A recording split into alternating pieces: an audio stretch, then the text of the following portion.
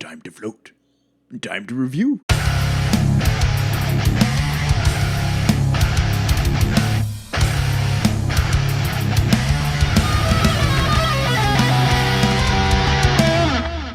What's happening, my fellow geeks and geekettes? Welcome to a brand new episode of Cosplay Chris, and today it is a spoiler-free review for the much-anticipated It Chapter 2 from director Andy Muschietti. I had the privilege to attend a preview screening here in Sydney last night, which was amazing to say the least. Good to catch up with old friends, and the way they decked out the foyer of the cinema was amazing. Red balloons everywhere. So yes, today is a spoiler-free review. If you have read the book, which I have not because I can't read and I'm just lazy, you know what to expect in this adaptation. So the embargo has finally lifted on It Chapter 2, so let's talk about it. Director Andy Muschietti is back. The first It came out 2 years ago in 2017. Broke box office records, paved the way for how we see horror movies now and adaptations from Stephen King's amazing series of books. There was big shoes to fill.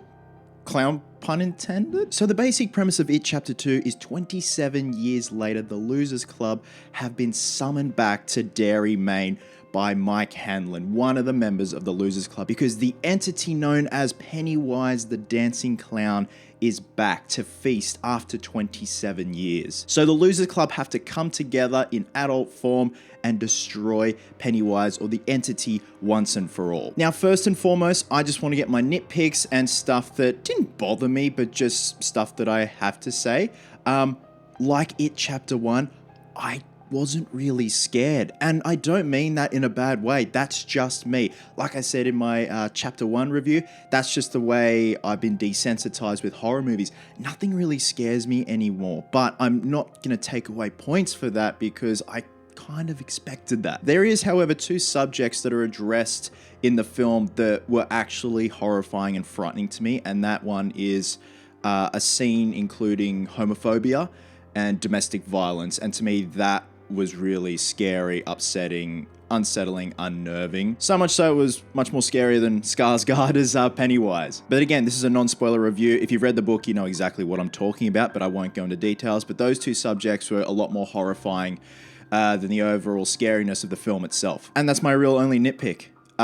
This film is fantastic. I had an absolute blast with this film. It's 2 hours and 45 minutes, and rightfully so. At not one time was I checking the time or wishing it was ending and wrapping up. It deserves its 2 hour 45 runtime because it has so much to cram in. It's got a lot of story arcs to do. It has a lot to wrap up, and we've got to see each individual member of the Losers Club where they are 27 years later, when they come together, and what they experience now 27 years later with Pennywise haunting them again. I want to talk about the casting. I have never seen such on-point casting for the adult Losers Club in my life. Now, we've got Jessica Chastain, James McAvoy, Bill Hader, Isaiah Mustafa, Jay Ryan, James Ransom, and Andy Bean. And these guys are dead ringers to their younger counterparts. It's ridiculous.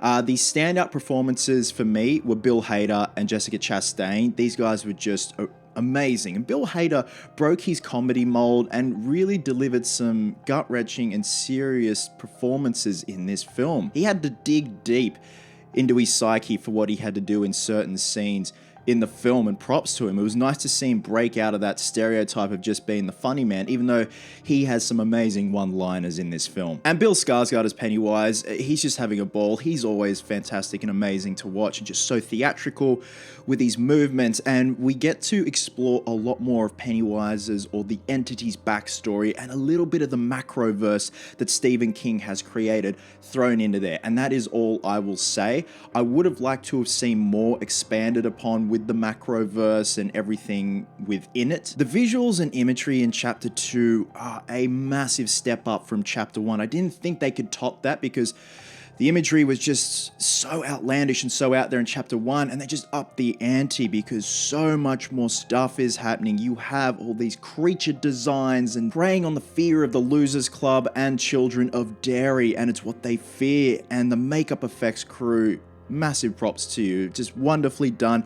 The visual effects, however, were a little bit hit and miss. Actually, that's another nitpick. Just the visual effects now and then didn't look quite finished or polished. I don't know if it was time or money, but there were some times where I thought that hasn't been rendered properly, has it? And to be honest, Pennywise kind of took a back seat. And that ultimately what it is about is, you know, growing up, childhood, the friends you have as kids. I think the scariest thing about this is getting older. Pennywise kind of represents that form of getting older.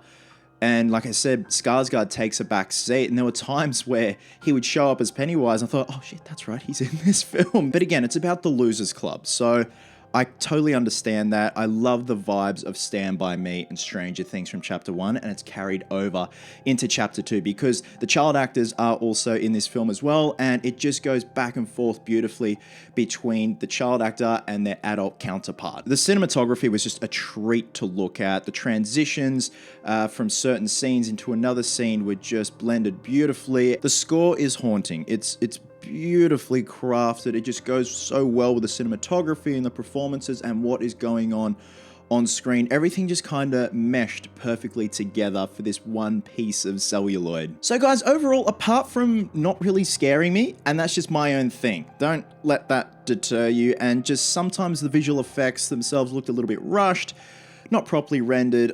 I had an absolute ball with this. I thought it was a perfect conclusion to the Losers Club and where they are now and what they had to do in this film. Every single actor in this film brings their A game. Even the adult counterpart of Henry Bowers just cast perfectly. Even people with minute roles who are playing an adult counterpart later on. Perfect. The casting was just brilliant. I am quite sad that this has wrapped up, but I understand there's nothing more to expand upon, and it's kind of one of those things, go out with a bang. And they certainly did. There are some confronting elements and subjects in this film. Like I mentioned, the subjects of homophobia and domestic violence. Again, that was what really scared me in the film. Apart from that, had an absolute ball. The comedy as well. The comedy flows well. It's not forced in your face. It just flows well with what is happening on screen and flows well with the horror dramatic elements. Guys, I'm going to be giving it Chapter 2 4 geeks out of 5. A fitting conclusion to the Losers Club. So guys, when you have seen It Chapter 2, please drop a comment below and let me know your thoughts. Did you think this was a fitting finale to the Losers Club and Pennywise? Do you think it wrapped everything up?